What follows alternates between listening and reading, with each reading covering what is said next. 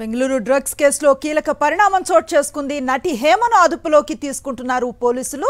గత నెల 20న రేవ్ పార్టీలో పాల్గొన్నారు హేమ. అక్కడ మత్తు పదార్థాలతో పాటు భారీగా నగదును కూడా గుర్తించారు పోలీసులు. ఈ కేసులో నటి హేమకు టెస్టులు చేయగా డ్రగ్స్ వాడినట్లుగా తేలింది. దీంతో ఆమెను ఇవాళ బెంగళూరు పోలీసులు అదుపులోకి తీసుకున్నారు.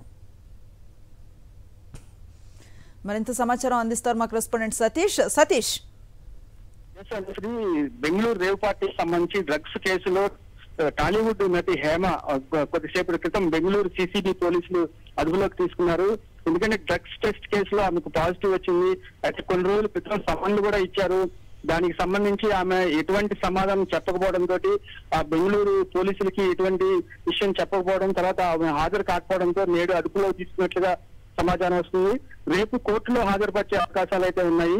నటి హేమ గత 20వ తారీఖున రేవ్ పార్టీలో పోలీసులకు పడిపోయింది. అయితే ఆ తర్వాత కూడా నేను ఆ పార్టీకి వెళ్ళలేదు, నేను ఇంట్లోనే ఉన్నాను, నేను నా ఫామ్ హౌస్ తో చిల్ అవుతున్నానంటూ కూడా వీడియోలు రిలీజ్ చేసింది.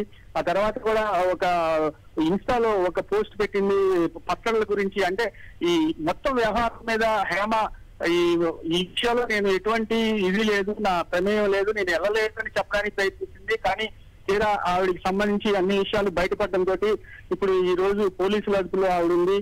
దీని విషయంపై సంబంధించి చాలా మంది కూడా ఎంతో ఆశ్చర్యం వ్యక్తం చేస్తున్నారు. ఎందుకంటే నటి హేమ ఇప్పుడు ఇలాగా చేయలేదు, కానీ ఈ డ్రగ్స్ విషయంలో ఆవిడ దొరికిందనే పాటికి ప్రతి ఒక్కరు కూడా ఎంతో ఆశ్చర్యపోతున్నారు. ముఖ్యంగా సినీ పరిశ్రమ సంబంధించిన వాళ్ళు ఒక్కొక్కరు కూడా చాలా షాక్ గురవుతున్నారని చెప్పాలి. Anusri. Right, thank you Satish.